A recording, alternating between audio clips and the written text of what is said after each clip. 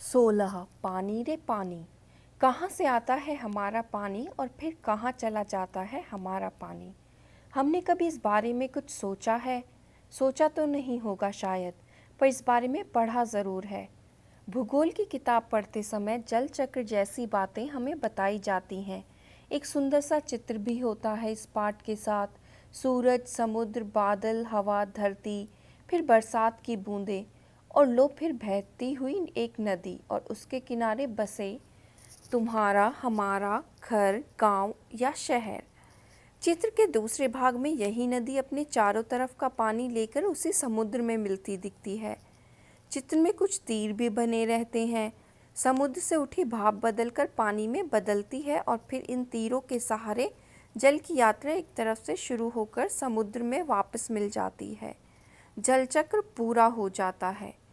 यह तो हुई जल चक्र की किताबी बात, पर अब तो हम सबके घरों में, स्कूल में, माता पिता के दफ्तरों में, कारखानों और खेतों में पानी का कुछ अजीब सा चक्कर सामने आने लगा है। नलों में अब पूरे समय पानी नहीं आता। नल खोलो तो उससे पानी के बदले सूं सूं की आवाज़ आने लगती है। पानी आता भी है तो बेवक्त, कभी देर रात को तो कभी भोर सवेरे। मीठी नींद छोड़कर घर भर की बाल्टियाँ, बर्तन और घड़े भरते फिरो। पानी को लेकर कभी कभी कहीं कहीं आपस में तू तू मैं भी होने लगती है। रोज़ रोज़ के इन झगड़े टंटों से बचने के लिए कई घरों में लोग नलों के पाइप में मोटर लगवा लेते हैं। इससे कई घरों का पानी खींचकर एक ही घर में आ जाता है। यह तो अपने आसपास का हक छीनने जैसा काम है, लेकिन मजबूरी मानकर इस काम को मोहल्ले में कोई और तो फिर और कई घर यही करने लगते हैं। पानी की कमी और इन सब शहरों में तो अब कई चीज़ों की तरह पानी भी बिकने लगा है। यह कमी गांव शहरों में ही नहीं बल्कि हमारे प्रदेशों की राजधानियों में और दिल्ली, मुंबई, कोलकाता, चेन्नई और बेंगलोर जैसे बड़े शहरों में भी लोगों को भयानक कष्ट में डाल देती है। देश के कई हिस्सों में तो अकाल जैसी हालत बन जाती है। यह तो हुई गर्मी के मौसम की बात, लेकिन बरसात के मौसम में क्या होता है? लो, सब तरफ पानी ही बहने लगता है। हमारे तुम्हारे घर, स्कूल, सड़कों, रेल की पटरियों पर पानी भर जाता है। देश के कई भाग बाढ़ में डूब जाते हैं। ये बाढ़ न गांवों को छोड़ती है और न मुंबई जैसे बड़े शहरों को। कुछ दिनों के लिए सब कुछ थम जाता है, सब कुछ बह जाता है।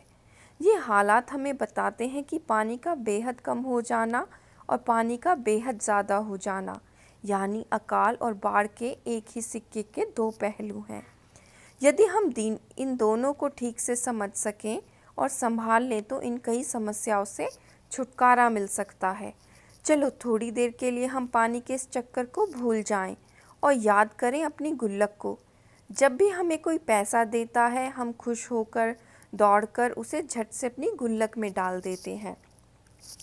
1 रुपया, 2 रुपया, 5 रुपया, कभी सिक्के तो कभी छोटे बड़े नोट, सब इसमें धीरे धीरे जमा होते जाते हैं। फिर जब कभी हमें पैसों की ज़रूरत पड़ती है तो इस गुल्लक की बचत का उपयोग कर लेते हैं। हमारी ये धरती भी इसी तरह की खूब बड़ी गुल्लक है। मिट्टी की बनी इस विशाल गुल्लक में प्रकृति वर्षा के मौसम में खूब पानी बरसाती है। तब रुपयों से भी कई गुना कीमती इस वर्षा को हमें इस बड़ी गुल्लक में जमा कर लेना चाहिए। हमारे गांव में, शहर में जो छोटे बड़े तालाब, झील आदि हैं, वे धरती की गुल्लक में पानी भरने का काम करते हैं। इनमें जमा पानी ज़मीन के नीचे छिपे जल के भंडार में धीरे धीरे रिसकर छनकर जा मिलता है। इससे हमारा भूजल भंडार समृद्ध हो जाता है। पानी का यह खजाना हमें दिखता नहीं है, लेकिन इसी खजाने से हम बरसात का मौसम बीत जाने के बाद पूरे साल भर तक अपने उपयोग के लिए घर में, खेतों में, पाठशाला में पानी निकाल सकते हैं। लेकिन एक दौर ऐसा भी आया जब हम लोग इस छिपे खजाने का महत्व भूल गए और ज़मीन के लालच में हमने अपने तालाबों को कचरे से पाटकर भरकर समतल बना दिया। देखते ही देखते इन पर तो कहीं मकान, कहीं बाजार, स्टेडियम और सिनेमा आदि खड़े हो गए। इस बड़ी गलती की सज़ा अब हम सबको मिल रही है।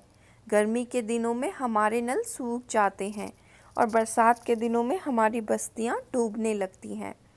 इसलिए यदि हमें अकाल और बाढ़ से बचना है तो अपने आसपास के जल स्रोतों की, तालाबों की और नदियों आदि की रखवाली अच्छे ढंग से करनी पड़ेगी। जल चक्र हम ठीक से समझें, जब बरसात हो तो उसे थाम लें, अपना भूजल भंडार सुरक्षित रखें, अपनी गुल्लक भरते रहें, तभी हमें ज़रूरत के समय पानी की कोई कमी नहीं आएगी। यदि हमने जल चक्र का ठीक उपयोग नहीं किया तो हम पानी के चक्कर में फंसते चले जाएंगे।